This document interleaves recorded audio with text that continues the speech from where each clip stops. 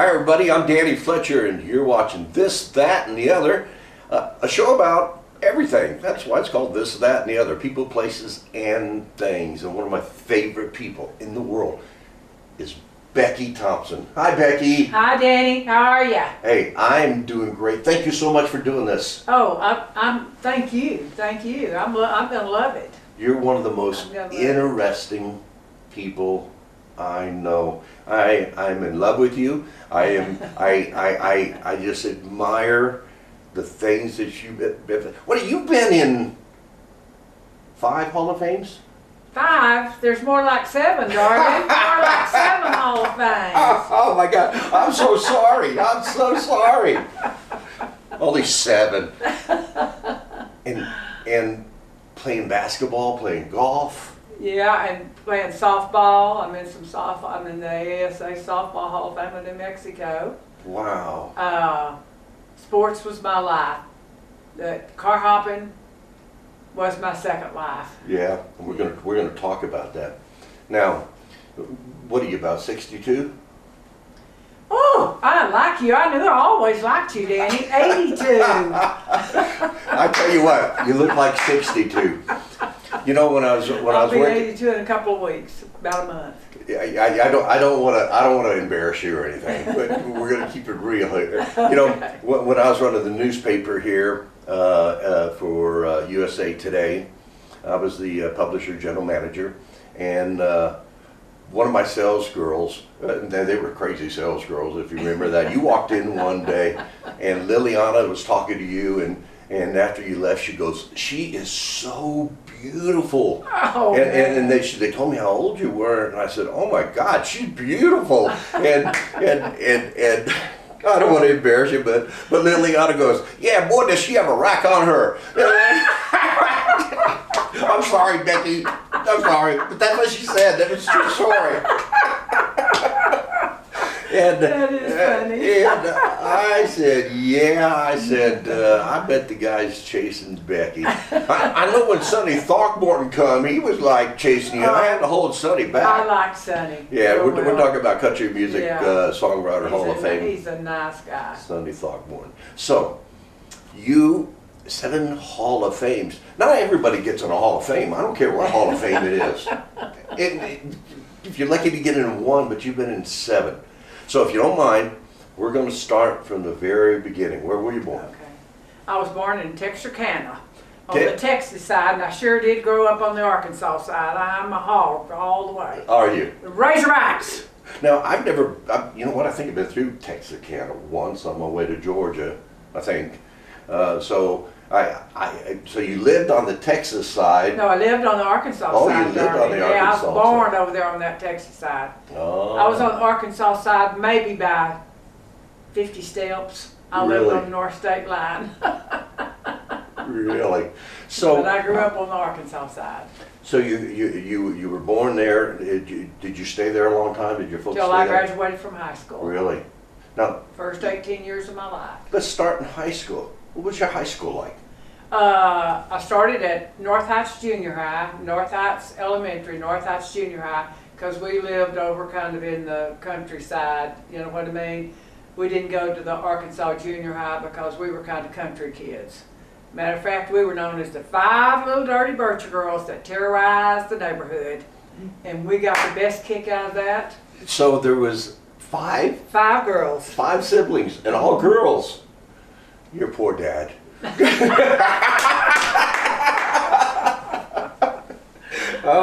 So you and your sisters, you guys got along good? Yes, we did. I was the baby of the family by 20 minutes. I have a twin sister, but she jumped out before I did, so I was the baby of the family.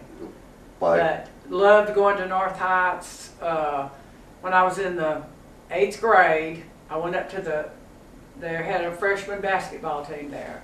So I went up to the coach and I said, "Are you going to let 8th graders play this year?" And he said, "No, this is a freshman team. No 8th graders." I said, "All right." And I turned around and walked off and he said, "Come back here." And I thought, uh-oh, I'm in trouble. You know, because of the way I said, all right, disrespectful. Yeah, had a little attitude. Yeah, I had a little attitude, a little. Yeah, you haven't lost it either. Go ahead. And he said, how tall are you? And I said, well, I don't know. And he said, come here, I want to measure you. And he measured me and said, my God, you're 5'10" and a half and you're in the 8th grade? And I said, I guess. He said, guess what? 8th graders get to play this year. So my dream came true. So you played on the high school team? No, on the North Heights team. That was 8th and 9th grade. Oh, okay. So then we went over to the high school team when I was a 10th grader. Okay. And by then, everybody pretty well knew that I was really a good You were the gal. player. Yeah. And so we went over there, and they had a new coach that year, just like I was a sophomore. And a couple of days went by, and he called me over there, and he said, you want to play basketball for me? And I said, yes, sir. And he said, first of all, you've got to start running on your toes instead of your feet. You got to get up on your toes. And I had polio when I was 3 years old and barely survived. Wow. So I walked real pigeon-toed, my feet were a little bit crooked, and I fell a lot. And this coach, his name was Coach Broom, told me, if you're going to play ball for me, you're going to have to get up on your toes. And another thing is, your attitude's going to have to change a little bit. I heard how many times you got kicked out of class over at North Heights. That ain't going to go on over here.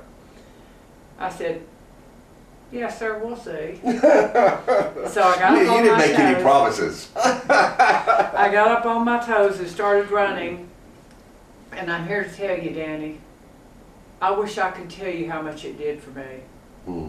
It was the answer to my prayers because I quit falling. You know Wow. what I mean? I didn't ever fall hardly. I mean, you trip over someone sometime, but I tripped over my own feet because I was so pigeon-toed. Now, I did have this little swing and kind of a big rear end, and everyone told me that all my life. Your walk was the funniest thing we've ever seen. But, you know, when you have polio, you just got to kind of go with the flow. Sure. Have polio and playing basketball. Mm-hmm. And you weren't just playing basketball. She was a star. Were you the Yeah, star I or was- one of the best players in high school? I started every game in the 8th grade, every game in the 9th grade, every game in the 10th grade, every game in the 11th grade, every game in the 12th grade, and every game the All-American Redheads played. Yeah, we're going to talk And I about the played- All-American yeah. Redheads in a minute. So, in high school, did you win a lot of awards or like break any records? Well, you know, I was on defense. That was when we didn't play boys' rules.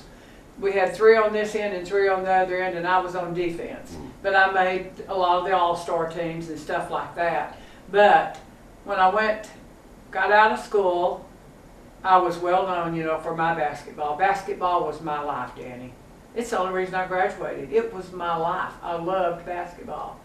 And so I came to Carlsbad, New Mexico when I was 18 and went to work at the NW Drive-In as a car hop. Now, I'm going to jump in right there. So, you graduated from high school, Mm-hmm. and by yourself, you moved to Carlsbad, New Mexico? No, I had 2 sisters living here. Oh, okay. They And were so already here. They were already here. They'd been here for quite a while. They came here when they were like What year was that? 1960. 1960. 1960. I graduated from high school. 18. And came out here 18 years old and went to work at the NW as a car hop. And, you know, it's really kind of, the head car hop was Faye Kirkus, and she brought me in. And a couple of days later, she said, I got to tell you something. She said, I hated you when I broke you in. I hated you. I said, why, Faye? Why? She said, because you were so good. You just run out there and wait on those cars and run, pick up 2 or 3 trays and come in and just look down and know what the price was and jump up and take it out. And it was all on your tiptoes. All on my tiptoes. And she said, I never met anyone like you. And I said, well, you know, Faye, I played basketball my entire life, and so I moved real fast all the time. And when I was car hopping, a few months later, the All-American Redheads came and played in Carlsbad. And I didn't know anything about professional teams or anything, you Sure. know. And so I told them I wanted off that night. I was going to go watch the All-American Redheads. So I went over and I watched them play, and I walked over to the coach and I said, how do you get on this team? And he said, have you played basketball? And I said, all my life. And he said, are you any good? And you want me to tell you exactly what I said? Of course, I wouldn't expect anything I said, else. you damn right I'm good. Hey, it is what it is. And it is. And he said, I'd like to talk to your coach. About 2 weeks went by, and I was just a car happened to start, and this car came up with a man and woman in it, and they kept watching me. And I thought, my gosh, who are they? So I walked behind their car and saw they had an Arkansas tag, so I thought, are they from Texarkana, someone I knew growing up? Sure. And so I went over to pick the tray up, and I said, excuse me, you guys are from Arkansas? And they said, yes, we are. And I said, do I know you? Do you know me? And they said, we're getting ready to know you. He said, my name is Orville Moore. This is my wife, Butch, and I own the All-American Redheads. Wow. And I'm telling you, my whole world kind of They changed drove right all there. the way from Here to check it Texarkana out. to Carlsbad. No, they're not from Texarkana. They were from up by Little Rock. I can't even think right now. Still a long way from wherever Carlsbad. we went to, yeah, in Arkansas though, yeah. And he said, there's no doubt in my mind you're going to be a good player. And I want you at camp in 2 weeks. So I went in and told Chuck and Sue that owned the drive-in, A&W Drive-In, I said, listen guys, I hate to do this to you, but I'm going to go play for the All-American Redheads. I've got a chance to play professional basketball. I'm going. And they said, oh gosh, okay. So anyhow, so I went to Arkansas to the camp and joined the team. And about 2 weeks after I was on the team, the clown that put the show on quit. So the coach came over to me and he said, I want you to start putting the show on. And I said, oh, coach, I'm a rookie. Why don't you get one of the other girls that's played before to put the show on? And he said, because you're going to be the best there is. He said, you're made for it. He said, that walk you have can't be beat. He said, you got to walk no one's ever seen before. And I didn't tell anybody why I had that walk. So I said, okay, I'll try it. And so the next game, I was the clown who put the show on. And I cannot tell you how much I loved it. Now, wow. this was like a women's Harlem Globetrotters? Exactly, to the T. Wow. To the T. So you were, I'm going to show my age because he's not on there. You were the Meadowlark Lemon. I met him. Did you really? Yes, we met. I went to one of his games and he came to mine. And for all of you young folks that are watching, he was the clown, the funny guy, but a hell of a basketball player. Every bit. But we went and watched them play, and then they came and watched one of our games. And I laughed a whole lot, and he was right. I was a natural at it. And that's the honest to God truth. I loved it. I played with the referees all the time. Oh, that was fun. Of course, when you start doing that, you get a lot of extra shots, too. I'd say, he just pinched me. I get 2 free throws. And I actually got to where I could make 95 out of the 100. Are you serious? Because, if you play ball every day, you practice every day. Basketball was your life, and I loved every second of it. Oh, it's so unfortunate they didn't have video cameras back then. I know it. It sure was. But so anyhow, I came back from playing with them, and the most points I scored in one game, I think, was like 55. I averaged about 30. Probably 30 points a game. But how many years did you play for the that's Redheads? just it. I only played one. Really? I came back and went back to work for Chuck and Sue at the drive-in, and kind of, I was pretty good at that. I mean, natural. And so they came to me and they said, Becky, I said, I'm going back to play with the All-American Redheads.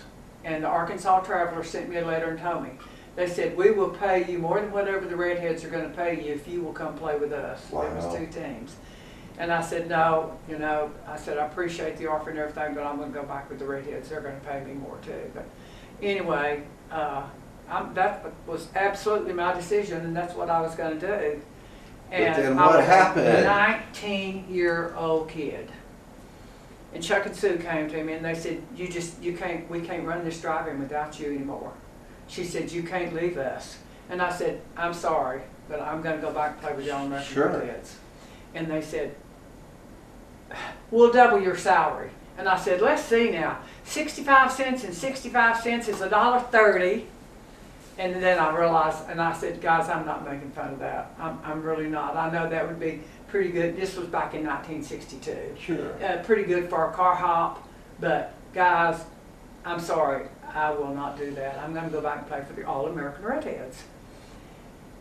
And they said, Becky, so they came back the next day. They said, Becky, we're gonna make you another offer. We're gonna make you an offer you just can't refuse.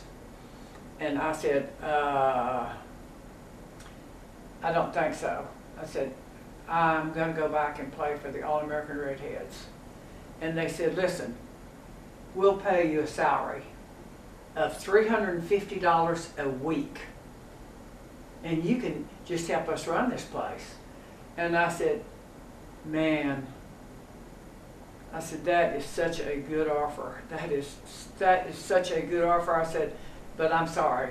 I want to go back and play for the Redheads. Because that was a really good offer back in 1962 Oh, it or was 63. a very good offer. So the next day they came back to me again and they said, Becky, you tell us what you want. What'd you tell them? I said, guys, I really want to go back play for the All-American Redheads, but I'll tell you what I'll do. I'll take the $350 a week offer, but in 2 years there will be a Becky sign up out there because this will be Becky's A&W. This will be mine. I will own it. I will run it to you until I get enough for a down payment, which will take me 1.5 to 2 years. I said, but then there's going to be a big Becky sign up out there because I will own this place. And they said, we've always known exactly what's going to happen. Since you walked in the door, we knew this was going to be yours someday. She said, that's how good you are down here. And she said, yes, we'll do that. And it kind of broke my heart in a way. You know what I mean? I didn't expect them to take that hard. Yeah, you were kind of looking to go back and play some basketball. But you were astute enough and understood even at, what, 20? You're 20? I was about 19 years old when I made that decision. Owning your own business is a pretty big deal. And it's something When I down the was future. 21, almost 22 years, I owned that drive-in. Really? And there, sure enough, there's a Becky sign there. Yeah, and I ran it for about 40 years. 40 years. But I loved it. I loved people. I loved car hopping.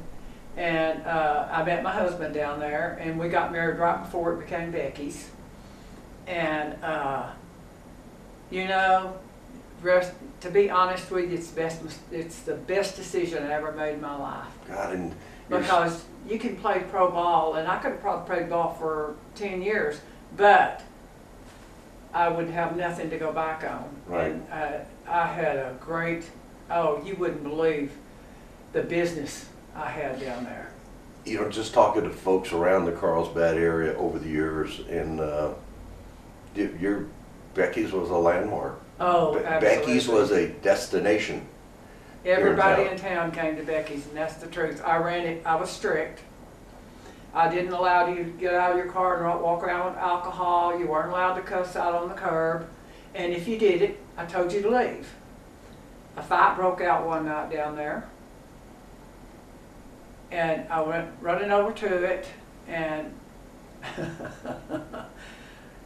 I got them apart, you know what I mean? And I called the police. The police came, and they said I couldn't get them to stop fighting. He beat the heck out of the kid on the ground. And so I said, I want to press charges. And so that's the only night this man that I grew up to like a whole lot, I won't say his name, ever spent in jail, was because I put him there. And his wife became my best friend playing softball here. Really? What a story. But it was a good story. And then one night, a guy pulled a knife on another kid. And I went and I jumped in front of him. And I said, give me that knife. And he looked at me. I said, son, I said, give me that knife now. And he laid it in my hand. and everybody on the curb about fell down on their feet. And I said, son, you leave and you don't come back until I agree for you to come back. There'll be no fighting down here. There'll be no knifings down here. You leave here right now. I will not press charges because you minded me. He said, yes, ma'am, Miss Becky. Wow. And that was, I broke up fights. I ran it really, I was a pretty strong person out there. Did you cook too? I car hopped, I cooked, I worked fountain. Whatever it took. Whatever it took to keep Becky's going, I did it. Yeah. Becky's was my life. So, I gotta ask you a question. I know you were a rodeo queen here in Carlsbad a couple of times. The only person that's ever been rodeo queen in Carlsbad twice is me. That's what I heard. Now, with all this other stuff going on, how did you get... Let me tell you, this is a funny story. They came down to the drive-in, they said, Becky, why don't you run for rodeo queen? Now, when was this? I What said, year? I haven't even, about 1963. Okay. And I said, how do you run for rodeo queen? They said, you sell tickets. And I said, I'll run. Because, Becky's was, Chuck and Sue, I think, actually still owned it when I was rodeo queen. They did, they sponsored me. That's right. So maybe I was only about 21 or 22. And probably 21. But anyway, so I got out there and I sold tickets to every car out there. And I went to the Elks Club and they announced that I was the rodeo queen. And they said, well, now we'll have you ride out in the parade on a horse, and we'll have you, Probably at the grand entry. a grand entry and all this. And I said, okay. Well, I had never run a horse very much. So I thought, okay, I can do this. What the heck, I can do this. And so Bob Ballard was he had a ranch and he was a good friend down at the drive-in and everything, and he told me to come out, he had an Appaloosa and I could ride it and learn how to ride. Well, the runner-up to rodeo queen said, you can't ride a horse? And I said, well, I haven't ridden one very much, but I'll ride one.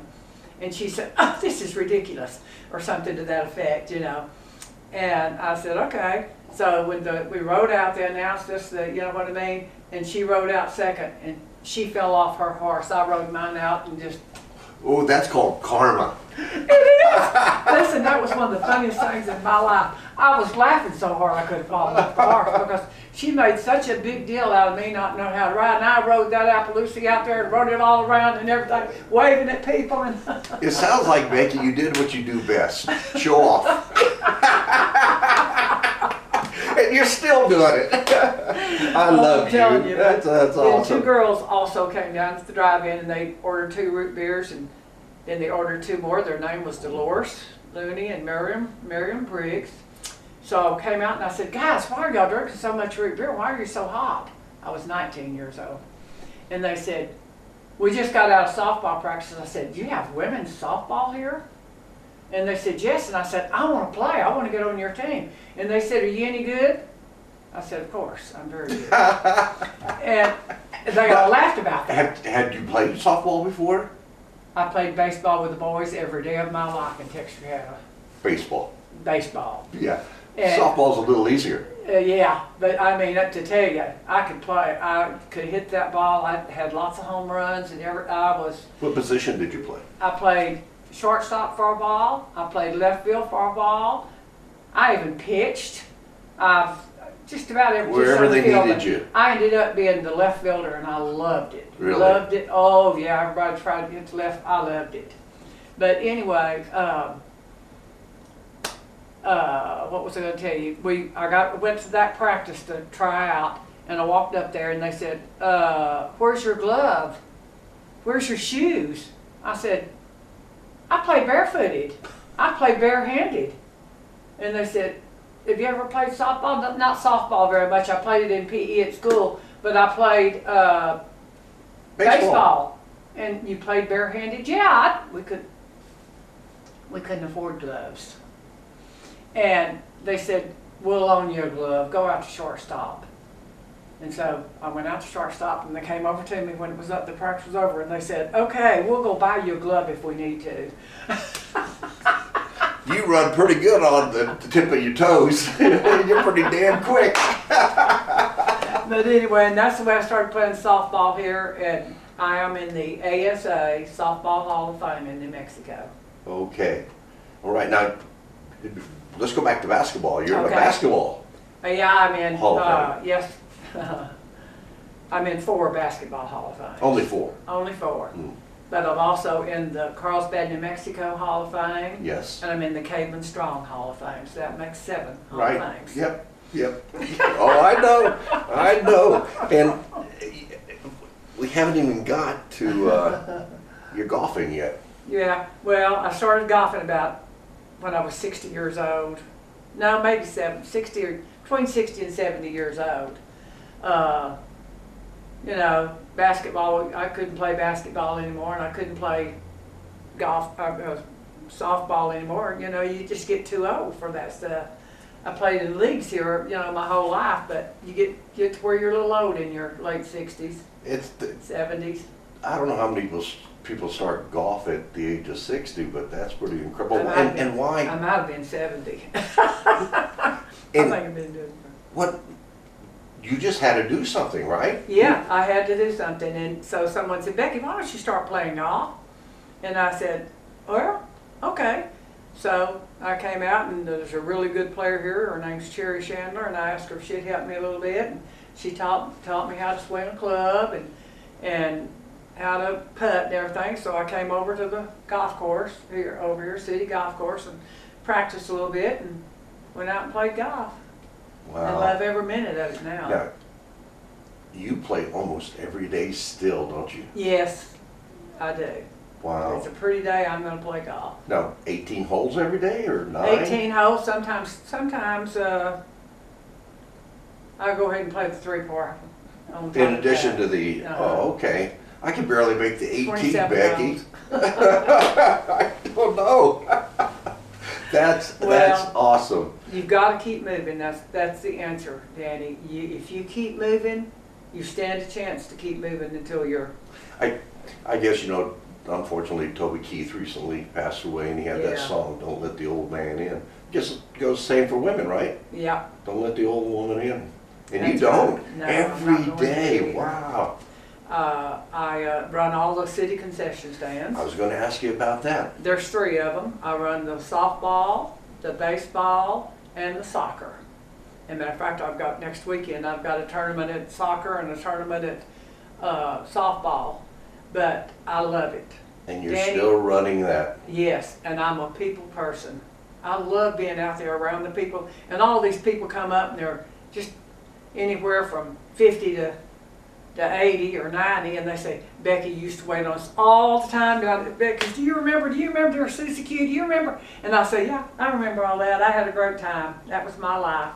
Oh, you're like a legend here for Becky's drive-in. Actually, I think you're right. No, I know I'm right. You are. And unfortunately, whoever owns it now, I guess, shut it down. They did, and they called me and asked me if I wanted to buy it again about probably 3 months ago, and I said, "Look, I was 18 when I started there. I'm 81 now. I'll be 82 in April, and I think that I better pass and just stay out here with these concession stands where I only work a few hours a day, a few months out of the year." And besides, it's going to get in the way of my golf game. Because I'm going to tell you, they put Becky's way down when they had it, and I really believe that I honestly believe I could have gone back in there and I could have built it up. Absolutely. I promise you, I believe this. Oh, I believe that Because too. I'm a hard worker and I love people, and you know, I don't know, the people of Carlsbad, I just love them, Danny. Oh, and they love you. I love the people of Carlsbad. I call you the sweetheart of Carlsbad. Well, thank you. And you are. You are. And let's talk about your personal life a little Okay. bit. So you said you met your husband where? At Becky's. At Becky's. Mm-hmm. Tell me that. Start with that At story. Becky's How'd you meet him? Andalusia. I was car hopping. And he ordered a hamburger. Yeah, and he asked me out, and we went out, and I'll tell you, is one of the nicest men I've ever met. I was engaged to a boy out of high school, and he went off to the Army. His mistake. Idiot. And Well, we thank him for his service. yeah, right, yeah, absolutely. And you know, when he got back, he called me and he said, Becky, I want us to get married. And I said, well, I have a life here in Carlsbad. I wasn't married yet, but I said, I have a life here in Carlsbad, and I'm not willing to go back to Texarkana because, you know, I have a life here in Carlsbad. And I was already dating Ronnie, of course. And he said, well, I'm not going to be Miss Becky. And I said, no, you're not. You're absolutely right. Well, yeah, that little statement right there, you knew there was going to be problems. I knew, oh, absolutely. I knew Yeah. that he was going to expect me to live the life he wanted me to live. And Ronnie Thompson was not like that. He went all the way with Miss Becky. I mean, you know what I mean? He was, matter of fact, he asked me this was real funny, this happened one time. He was cooking and I was car hopping, and he said, Becky, why is it every time someone gives us trouble out there, you always go out and take care of it? Why don't I do it? And I said, well, I don't know. It's just I'm out there the biggest part of the time. And so I went to the restroom, and when I came back, he was out there. And he told this guy, a guy got out with a beer can in his hand. He said, we don't allow that. You get back into that car right now. That's not allowed down here. Alcohol is not allowed down here around on this curb. And he looked at Ronnie and he said, you want to make me? And about that time I walked out. Oh boy. And I said, son, you get yourself into that car right now. He said, yes ma'am, Miss Becky. Got in the car and Ronnie said, I'll never come back out here. He goes, sorry, sweetheart. Yeah. He said, Becky, he said, I had no idea really how it was out here until just now. He said, it's yours. Yeah, you just take care of it. You need me, I'll be over here. Yeah. So, y'all had kids? Yes, we have two sons. One of them lives in Austin, Texas, and the other one lives in Houston, Texas. One of them's a flight attendant, and Jeff owns his own businesses. Really? So, I love them both, but I'll tell you, the love of my life are my two puppies. Oh, we were going to talk about your puppies. I almost brought one of them with me, and I thought, no, it's just going to last for a little while. So I'm Oh, just you gonna sure could have. I put mine too outside because they'd be all over you yeah. right now. Oh, let And- me tell you something. Mine are like children to me, and that's the truth. They're always with me. I even take them to work with me out at the stands. They're both got licensed for that. You know, what is that license called? But I got both those. And they're really good. They mind real good out there. No problem at all. But I have been a dog person all my life. When I was in the 4th grade, I got this puppy when I was about 5 or 6 years old. And when I was in the 4th grade, I went home and bent down to pet her, and she bit me on the lip. So I had to go through 14 rabies shots. Oh no. Oh, And no. those were tough on a kid. Let me That tell would you. hurt I on the never lip. shed a tear. Never shed a tear. You're We one never tough took- cookie. You are. I was kind of hard to handle in school. When I was in the 7th grade, we came from a very poor family. We sometimes didn't even have food to eat. So you weren't kidding when you said, I play barefooted and I catch Absolutely balls was by not- my hand. I was not kidding at all. Wow. We grew up with absolutely nothing. And like I say, we were known as the 5 little dirty Bircher girls that terrorized the neighborhood, but we weren't really. We just took up for ourselves, darling. Mhm. You know what I mean? But anyway, it was kind of a hard life in a way. When I was in the 7th grade, and this should never happen in a school, as far as I'm concerned. At North Heights, the teacher said, you have to bring your fee money. Well, we didn't have any money. We would walk up state line and pick up Coke bottles and come back on the other side just to get a bag of beans. Sure. We didn't have any money. And she said, Rebecca, you and Rachel have not brought your fee money yet, so you both go up in front of the whole class and you write on the board 25 times, I will bring my fee money. Oh my God. So as I walked back and I sat down in my chair, I looked up at her and I said to myself, okay, you want a bad kid? you got one. To that time, I was a real good kid in school. Honestly, I was. But 2 weeks later, the principal comes to me, and he said, Rebecca, I'm going to have to take you out of Miss Walters' English class because you make her cry every day. And I said, you don't want her to cry? You better get her out of there. That was my exact words to him. And he looked at me and he smiled because he had heard what happened. Mm. And it's not right to embarrass children like that. Then, now, or anytime. That was just so wrong. It really was. But it made me have an attitude. I hate to tell you, but after that, I became a little bit rougher, tougher kid. But you were determined in everything you did. Yes, I was. And I talked back to teachers a little bit, and I can tell you some stories that will make you die laughing. Well, tell them. I was in history class, and I thought, why do I need to learn who was president and 20 years ago and all these names and the vice presidents and all this stuff in history? I'm just going to start making me a cheat sheet. So I did. And so us 4 basketball players kind of sat at the back of the room, and all of a sudden, Mr. Duncan stood up and he said, you know what, I'm going to see how you 4 girls make 100 on this test every Friday. Well, I put the sheet right in between our desk there in the floor. So I just took my foot and started scooting it in and watching him, and he couldn't help but laugh a little bit as he was coming back there, and he said, was that a cheat sheet, Rebecca? And I said, yes, sir, it sure was. And he said, well, all 4 of you girls get an F this time. And what do you think of that, Rebecca? And I said, this is what I think, Coach. For those other 4 A's we've got, that F ain't going to hurt very much. This attitude. Oh, everyone in there about fell through the chairs laughing. I mean, and then we were in speech class, and Miss Henderson said, this was when I was in about the 10th or 11th grade. She said, okay, I'm not going to be here for this period. I've got a meeting. So I want you to answer all the questions on page like 24, and when I get back, this will be graded as a test. But you have to answer all these questions. And she walked out the door. So I told Jackie, I said, Jackie, get the door. And I went up and I read all the answers to the whole class, and laid the book back down. Evidently, she put it down upside down, and I put it down right straight up. So anyhow, she comes back at the end of the class and she says, okay, who came and got all the answers out of my book? Could have heard a pin drop. Could have heard a pin drop. And she said, who came up and got the answers out of my book? No one said a word. She said, was it you, Rebecca? I said, yes, ma'am, it was. She said, who did you get to watch the door for you, Jackie? Jackie said, yes, ma'am.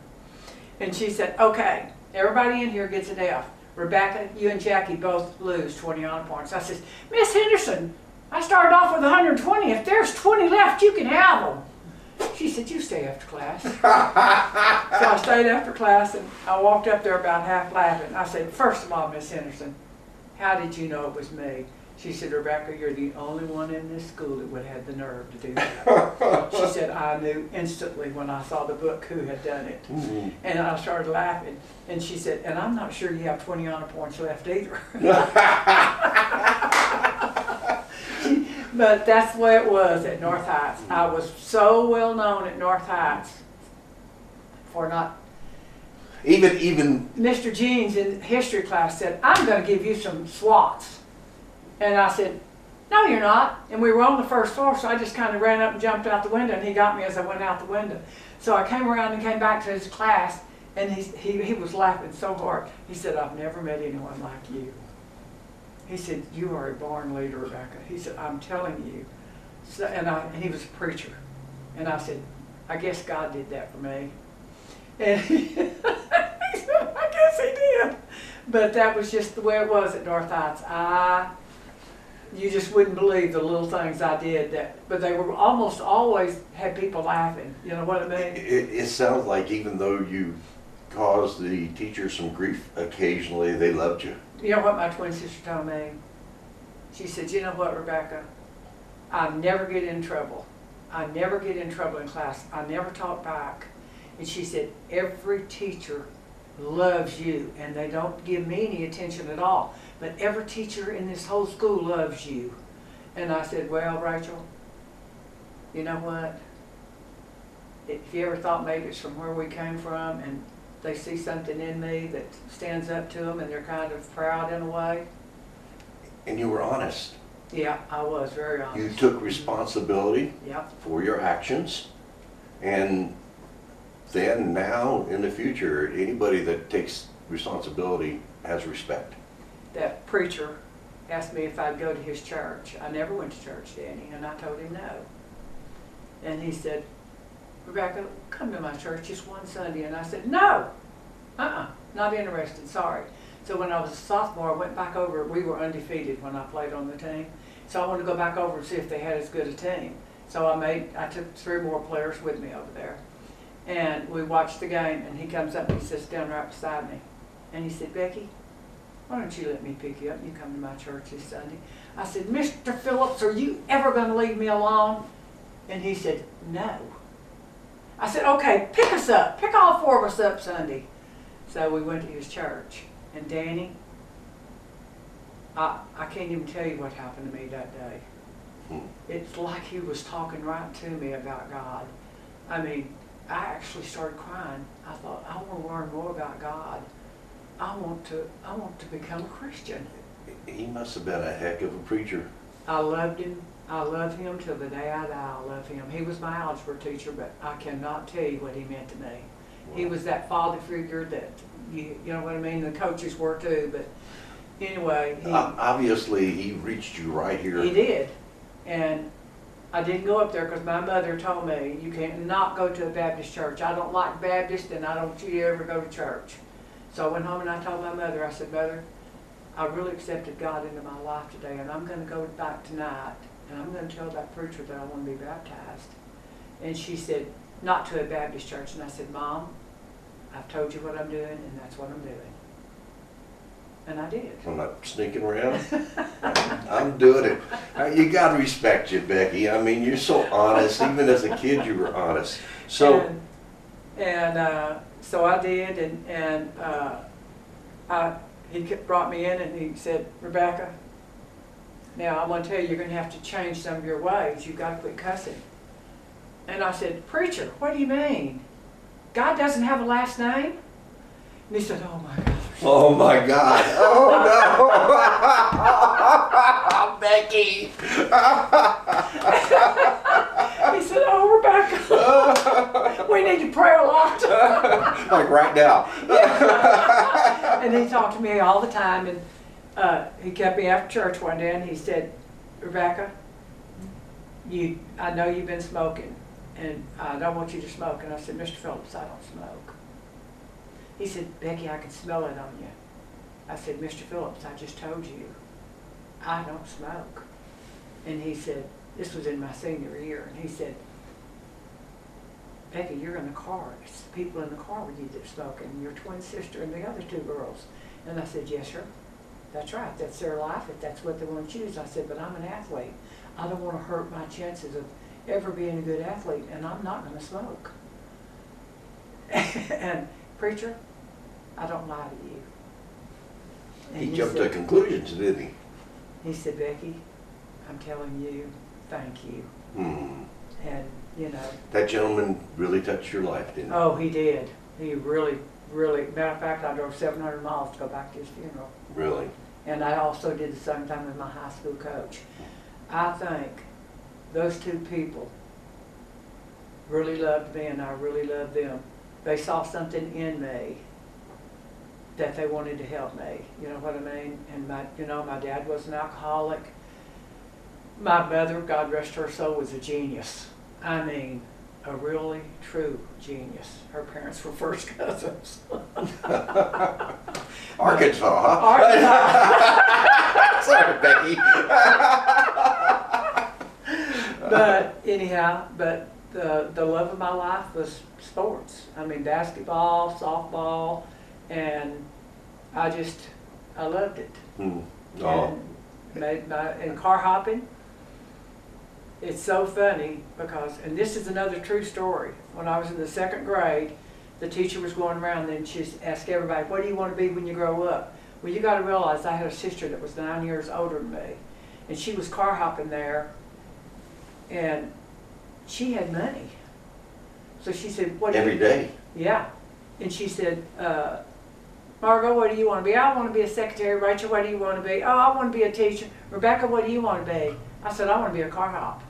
She said, no, you don't. And I said, yes, I do. Not only be a car hop, but I'm going to own the damn place too. You got that. You got that right. And that's really the way I felt. You know what I mean? I was going to... And my high school coach wrote in my yearbook, he put, Rebecca, there's room at the top, you reach for it. And every teacher I ever had told me, and this is the truth, they said, Becky, there's room at the top, you reach for it because you're going to make it. You're a hard worker and very honest. You know, I wouldn't, you're right about that. They asked me if I did something, I said, yeah, I did that, you know. A lot of kids, unfortunately, lie through their teeth. You get out of getting into trouble. But so that's honorable. So I want you to tell me, if you can remember back, what was one of the most exciting, funniest, unusual things that happened to you when you were a redhead playing professional basketball? There were so many of them. Really? Is there one that really stands out? I love that. Well, you know, we played men's teams. No, I didn't know that. Yeah, we played men's teams and men's rules. That's Really? how I got to shoot the ball all the time. We played 5-on-5. I mean, I guess back in the early 60s, women weren't supposed to be in sports. That's and exactly the you way were a lot of supposed to people be a look at it. housewife or a secretary. That is really, you're really right about that. And I do think I was what you would call a natural born athlete, and I do think that the polio kicked my butt for a while. You know, mothers told me that they really did not think I was going to live, that my fever was over 106 and the doctor said I may not live. But, so I walked completely on the sides of my feet. My feet were crooked and everything, and, you know, so I had to learn how to use my feet and legs. Wow. But sports is probably what saved me. That's amazing. Okay, But something funny on the redheads. There was a lot of funny things on the redheads. I mean, you being the comical character Yeah. on the And team. I laughed a lot out there. I mean, I was real pigeon-toed, of course, still, and I had that walk. And Who was more fun at the games to work with, the moms and the dads or the kids? the kids. The kids? I mean, I always loved. We sat and gave autographs every night after the games, and I loved it because so many kids would really, really. I mean, the moms and dads came too, but you know, we just have lines of people asking us for autographs, and it was really fun. It was.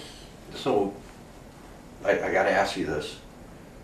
Are you a natural redhead or a preferred redhead? I'm a preferred redhead. redhead. I was as blonde as you could be when I was born. Really? I was a blonde my whole life. And You didn't? blonde hair, blue eyes, and became a redhead. And I can tell you right now, for the rest of my life, I will be a redhead. So you didn't change colors while you were a redhead on the team? Oh, when that bus drove up, I got off of it at camp, and the coach looked at me, and I looked over there, and all these redheads were standing over there, and you know, we were getting ready we were going to start playing right away, and he said, one was about 6'7", 2 6'2". I loved it because I had been the tallest girl all my life, and I wasn't the tallest girl anymore. And he said, the first thing we're going to have to do is get that blonde hair of yours turned to red.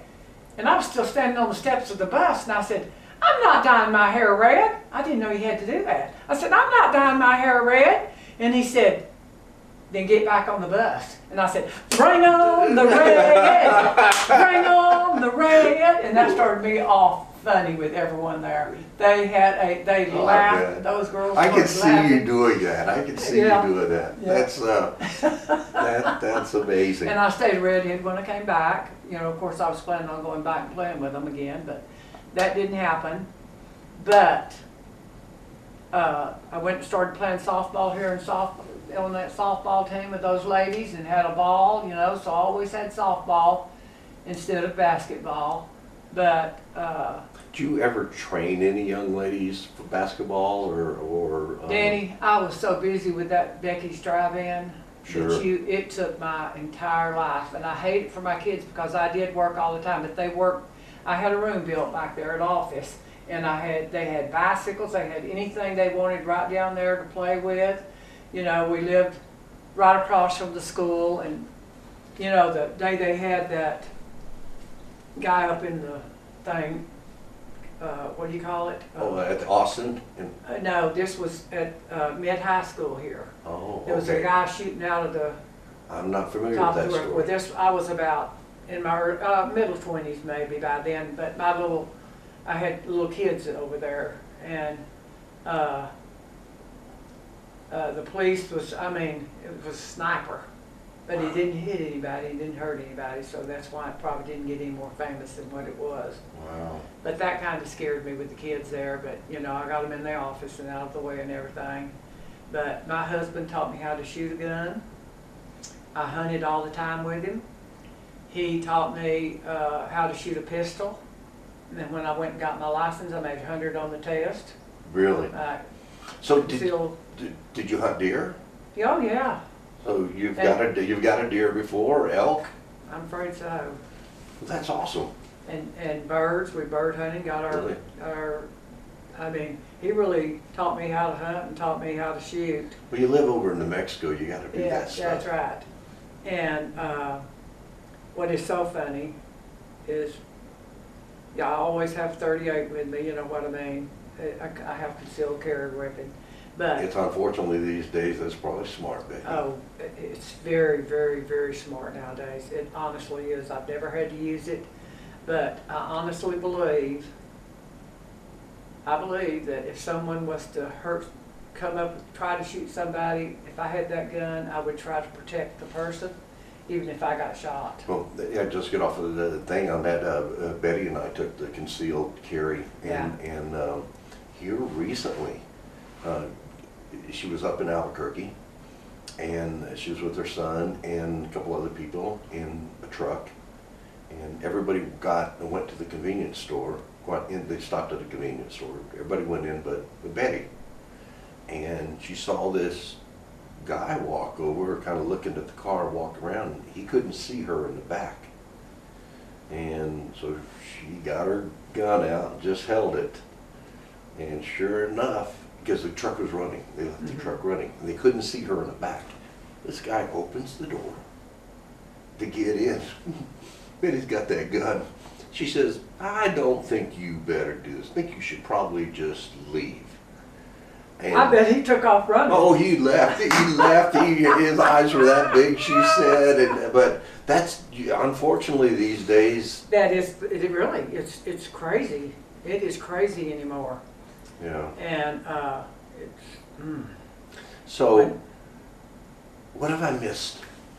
What have I missed What have I about missed? your life that you'd like people to know, or I'd like to know? well, I think that the way I grew up was, we were extremely poor, and our dad was an alcoholic, and he did beat us sometimes, and I mean hard, you know, where blood would run down our legs. Oh my God. And when I was 13 years old, one of my, a little incident happened. The sister was about 14 or 15, but anyhow, he said, come here, sweetie. She wanted to go to a wreck where an Uncle Nan had a wreck, and he said, no, you're not cussed, and you know, you're not going to that wreck. And then he said, come here, sweetie. And so she walked over and handed hands, and he slapped her across the face. And just like the deal with me and the teacher, it was that deal with me and my dad that day. I looked right straight at him, and I said, you're done, to myself. Really? So he comes in the house, takes his belt off, and says, I'm just going to beat the heck out of y'all for nothing. I mean, for nothing, like always. He was drunk. He was drunk. So I doubled up my fist, hit him as hard as I could in the face. Good for you. There was an ottoman there, and he fell over that, and I got down, and I put a knee on each one of his arms, and I said, you. will never hit my mother again. You will never hit my sisters again. You will never hit me again, or I will kill you. Did He he? never touched any of us again. Good for you. I mean, that we turned into a totally different family from that day forth. That was a life-changing experience Yes, for it you was. again. Mhm. And when I was 17, they slept out on the back porch and we slept in the bedroom next to them. It was just me and my twin sister left there. And I thought I heard something come from the back porch. So I picked up my baseball bat and I walked out there and I stuck him in the chest and I said, "Did you just hit my mother? Did you just hit my mother?" And he said, "No, I didn't. I swear to God, I didn't." Tell her, Sybil, tell her I didn't do it. Tell her, Sybil, please tell her I didn't do it. Mother said, he didn't hit me, Becky. He didn't hit me. She was crying. I said, "Mama, don't cry. I'll never let him hurt you again." And she said, "I'm not crying for him. I'm crying for you." Hmm. And I said, "Why, Mama?" She said, "Because you're going to end up killing him and then you will go to prison for the rest of your life." I said, "Mama, I'm not going to kill Daddy." I said, "I'm going to knock his teeth out, maybe break a couple of arms and legs. Might beat but the he's- hell out of him, But he's going to live, yeah. so you don't have to worry about me killing him." And Did he ever quit drinking? No. not when I was on. Wow. He did quit, I think, maybe when he got real old. You know what I mean? A lot older. And what is so strange is I was always his favorite child, and because of me being such an athlete. And I do know what happened to make my dad the way he was. When he was 16 or 17 years old, he went to got a bus and went to Chicago and tried out for the Chicago White Sox, and he made the cut. He went back home and his parents told him, "You will not go play professional baseball. You're going to stay here on this farm and you're going to work. You're going to pull bushes, you're going to do all this," and they would not let him go back. That was a big impact on his life, wasn't it? A big impact on his life, and I understand that, because if someone would have stopped me from doing what I wanted to do, I might have been a different person and drank too. When he wasn't drinking, was he a good I person? didn't ever know him when he wasn't drinking. Really, he was drinking that bad?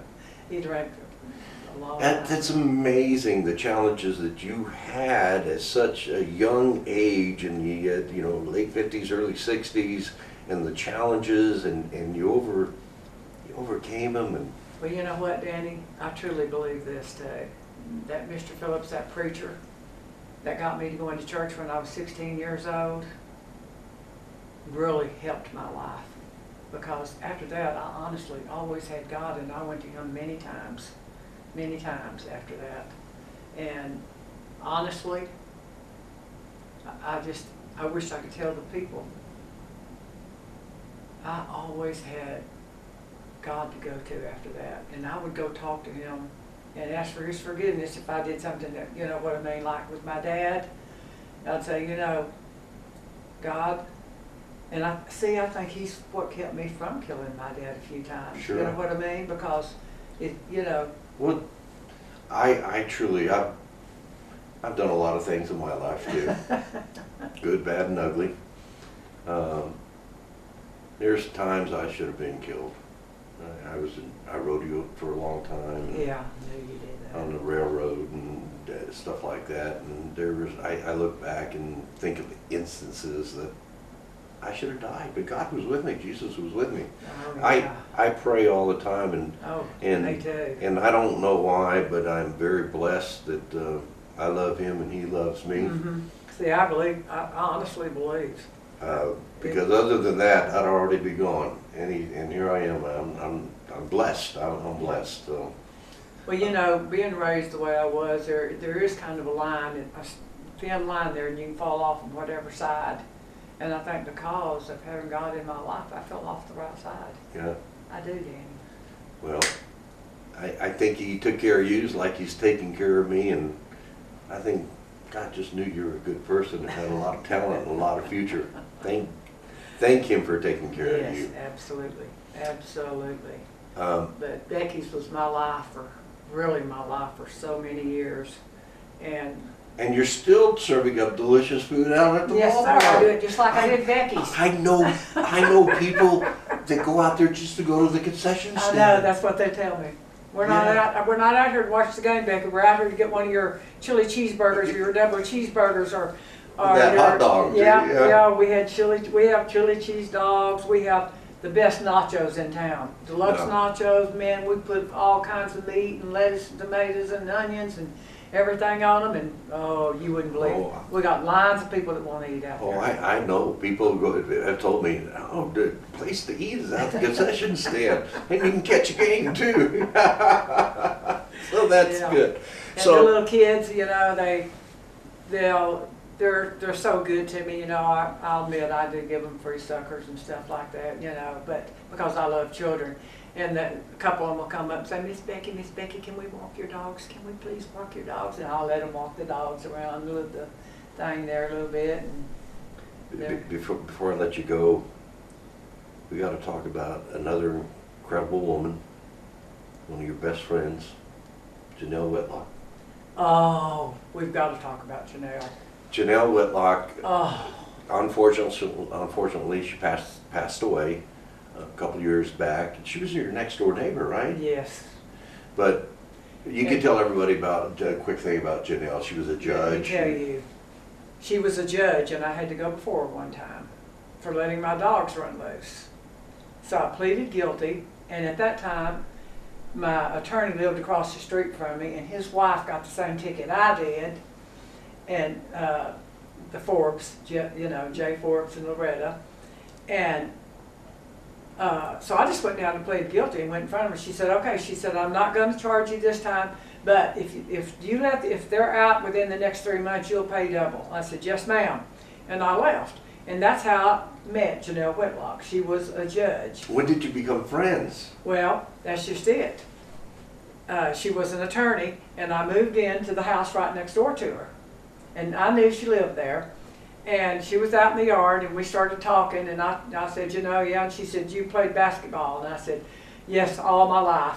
I said, I grew up in Arkansas in basketball, and she says, I grew up in Arkansas and I played basketball. I said, what? Wow. And she said, yes, I grew up in Arkansas and I played basketball. What a well, that coincidence. kind of brought us together right there. And of course, I lived there for 10 years before, you know, we were neighbors for 10 years, but we honestly became such good friends. She is one of the best people I've ever known in my life. And that is the honest, smart, intelligent, a lot smarter and more intelligent than I am. She was top dog as far as I'm concerned. She knew the law.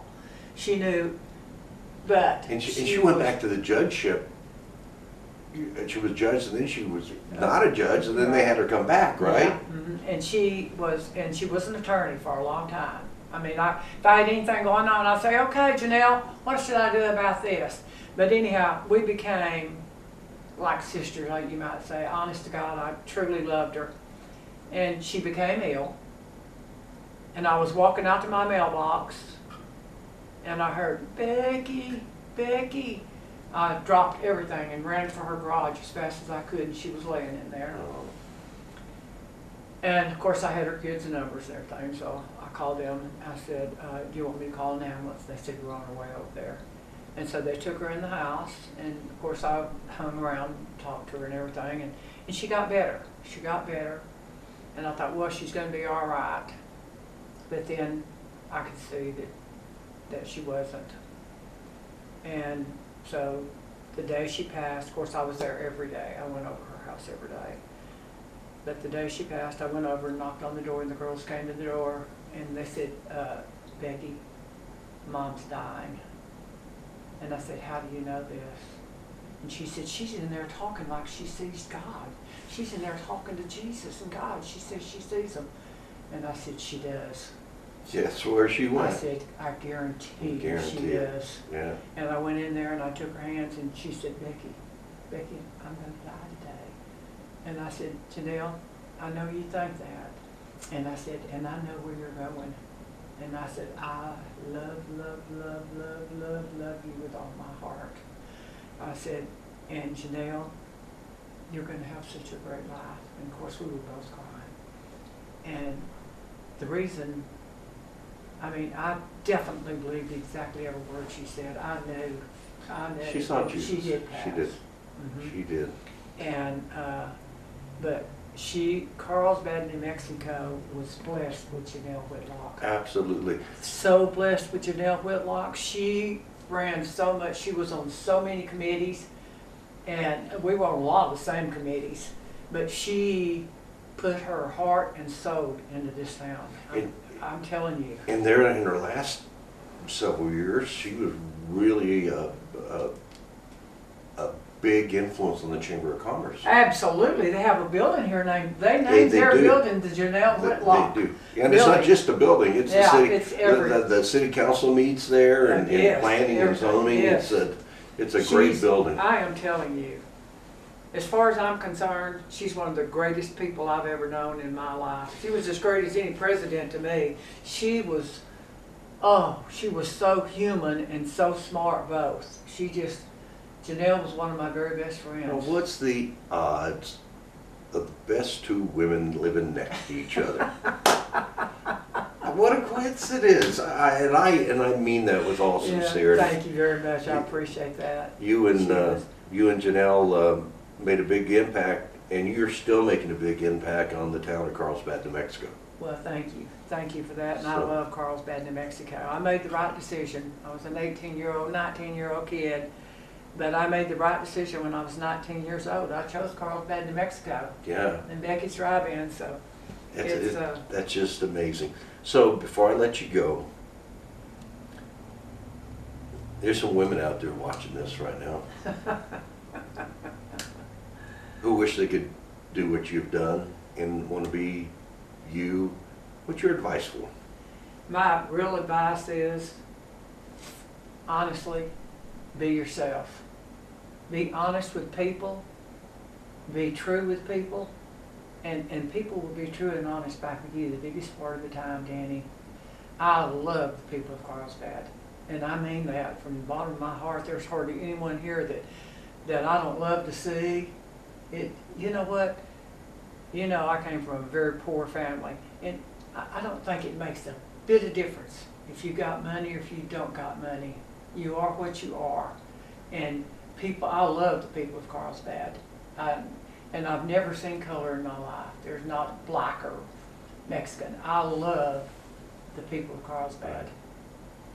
And in all honesty, And we're all even. And you know, I've been involved in a lot in Carlsbad. I've been here 8 years, going on 9 years now. And I've emceed, been the master of ceremonies and at a lot of events. And we always pick you out.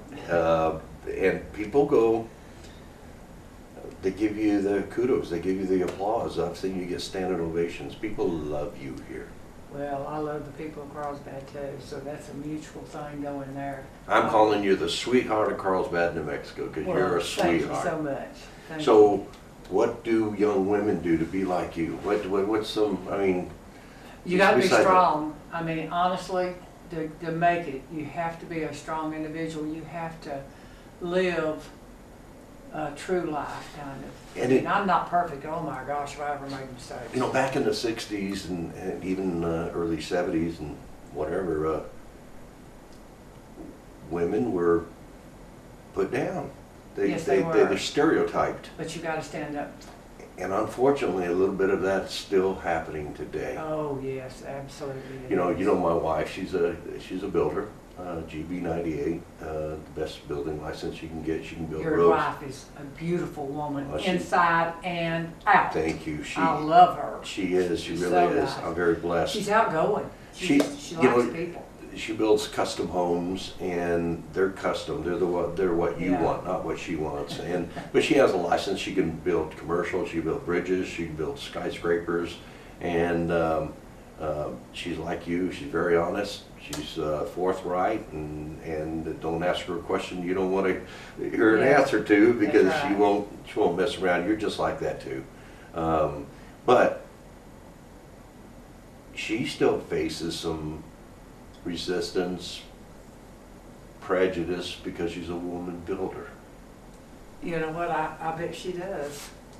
today. I bet she She does. still does. So women, Becky's right. You got to be tough and you got to Yeah. stand up for yourself. You do.